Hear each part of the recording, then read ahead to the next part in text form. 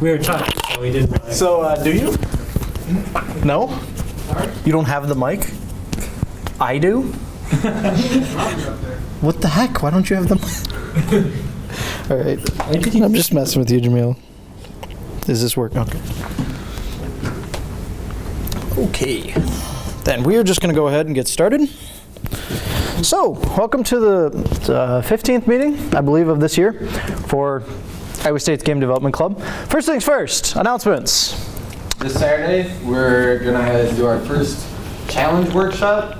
I'll be leading it. I'm gonna give you some tools to start with and give you a direction to go, and you can take it where you want from there.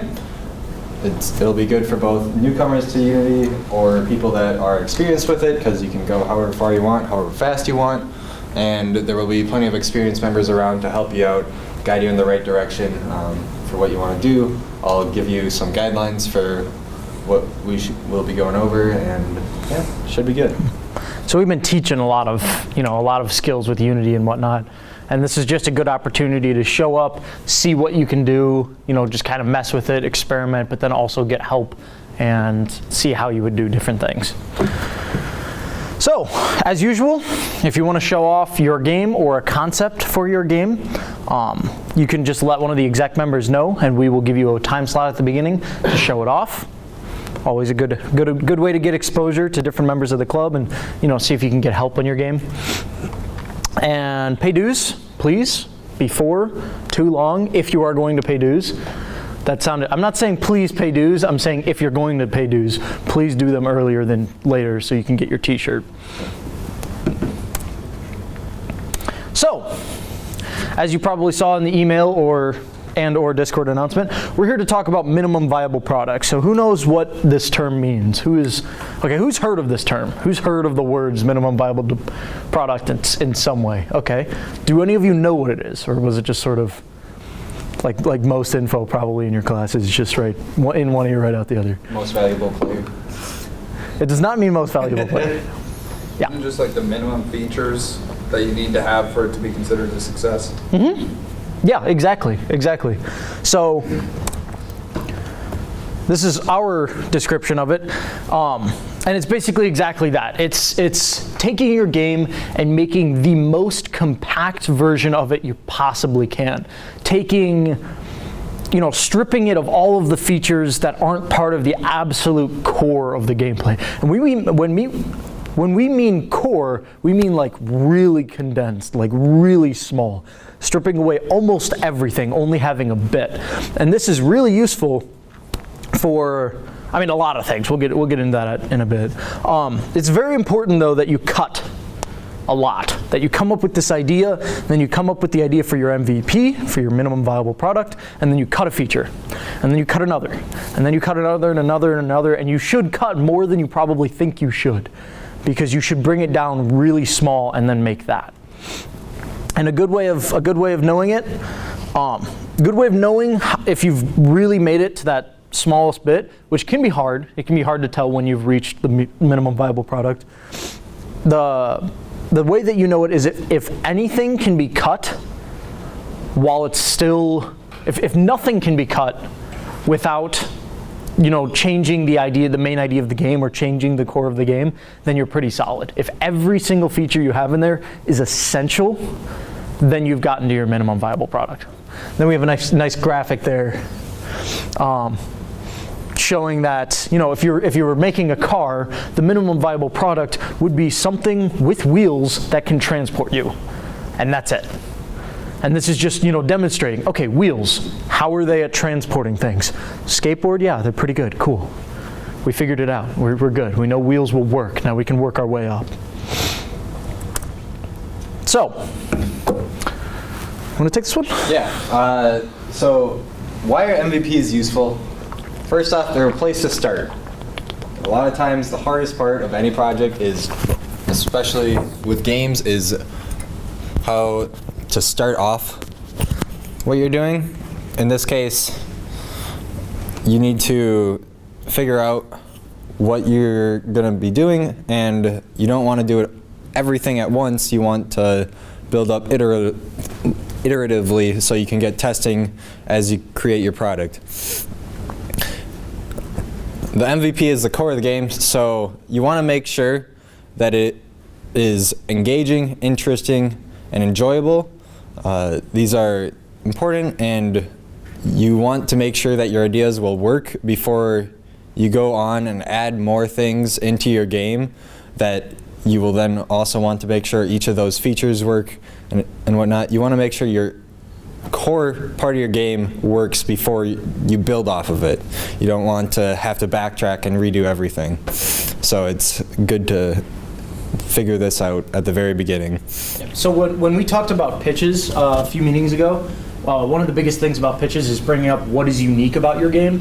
A lot of the time, what is unique is the core part, is one of the core parts of your game. If you're making a game that's Galaga, except you control the enemies, all of the enemies, and not the ship, then you would try and, you would put controlling at least 2 enemies in your minimum viable product. That would be part of it, as the main idea is controlling multiple characters at once from a different perspective. You would need to put in that bit, and then you'd be able to see if it's enjoyable. If you put in 5 and you realize 5 is hard to manage and not very fun, you might have to change the idea of the game. Because if 5 is difficult to manage, 20 is very difficult to manage. But if you didn't make a minimum viable product, you might get way down the line and add a ton of features and then realize that something isn't right, and it might be harder to pin down what's hard, what's difficult to do in your game, and why isn't it interesting or why isn't it enjoyable.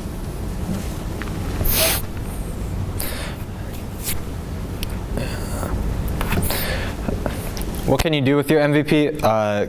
We kind of mentioned this already, but you want to test your MVP to make sure that it is what you want for the core of your game. If you're making a racing game, you want to make sure that it's fun and interesting to drive around whatever kind of track that you made. If the driving isn't fun, you need to go back and change it. You need to make sure that the first or the basic layout of your game is working so that you can build off of it. You can add power-ups, you can add different characters. That comes later. First, you want to make sure that driving is the way you want it to be and is a good idea to begin with. If you already had, say, power-ups in this game and you could use them against other racing people, you don't want your testers to come in and say, oh, well, it feels bad because they used blue shell on me, and so and so it's just no fun because of that. But in reality, it's actually something to do with the driving that is what's causing the frustration, and then the cherry on the top is the blue shell. If the driving's fun, a blue shell is just kind of whatever, and you keep going on and make it back. Although blue shells can get really annoying. Yeah. And it's important to I mean, how many of you guys have had ideas that you write down and you think, yeah, this is great, and then you try to implement them into something and then realize, wow, this is dog shit. Really bad. Anybody? Has anybody? Because I sure have. I use this example all the time. I made a game that was reaction-based and in a grid system where you had to shoot magic at enemies, and you had to move quickly. And I had the great idea of, well, for balancing purposes, you should probably have a cooldown on your movement somehow. And the problem was, you'd move into a square, and then someone would shoot at you, and you'd try to dodge, but your movement was still on cooldown, so you just had to take the hit, and it sucked. It was the least fun thing in the game by far. It felt like actual garbage. But in my mind, it made sense. And it does make sense, limiting movement would make it easier to balance things and make it so you could control the difficulty and do that, but it just didn't turn out well. And I knew that after I made what was more than a minimum viable product that I sure wish I did. If I haven't shown it to you guys, to this group yet, I really should. But yeah, if I knew that quickly, so I knew I could scrap that feature and change it, so that I didn't move on with that and find out later down the line that I didn't like it. So everybody knows Mario, right? We're gonna go through a couple examples of what you'd do. We're picking games that everybody knows, all right? We're not picking particularly non-cliche games. Give me a break here. So, Mario, if you were making a minimum viable product for the original Super Mario Brothers on the NES. Super Mario Bros. Yeah, NES.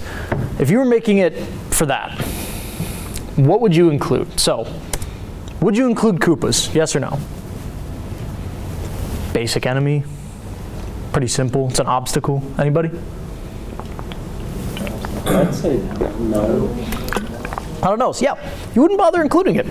Yes, it's a basic enemy. Yes, that is a part of the game. But you could ship Mario Brothers without a Koopa. Hell, even without enemies, and it would still be very much playable. If it was all based around pitfalls or some other way to damage you, you could totally go with it. Jumping. We're going to need jumping. If you don't have jumping in a Mario game, even for the minimum viable product, you won't even know how it controls. You won't even know how to play it. You need jumping. That's one of the only things Mario can actually do. It's kind of important to put that in. What about pipes? Going in and out of pipes, or just the physical shape? Anything? Physical shape, maybe. Maybe, okay. A lot of this stuff is not set in stone. A lot of this stuff is not yes or no. It's kind of a, you could. He is as much an art as it is a science. There are other ways to transition to another system. Absolutely. And then comes the question, do we need more than one level? If you're making a minimum viable product, do you really need multiple zones to go into, you know? So, If you want to test the enjoyability of your game and whether people would be interested, do you need multiple levels? do you even need a flagpole? I mean, first of all, do you even need a sprite for the character? Because a red square could probably serve the exact same purpose with just understanding how movement works. You probably do need a flagpole just Something to end the end game, because if that's your intended end point, at least some stand-in for a flagpole. You could release Mario without a flagpole and just having every single level end to end. So I personally would argue, no, you don't really need an end to the level. You could probably, once you reach the end of the level, you could probably just loop it back to the beginning, since it's only just the minimum viable product. But I mean, plenty of people would put in the flag. I mean, that's up for debate. So yeah, you could. Running.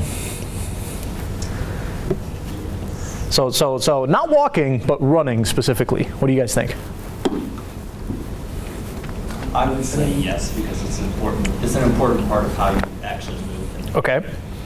Okay. Who walks in Mario? You know what Yeah, right. Like, who doesn't just hold that button the whole game, basically? What do you guys think?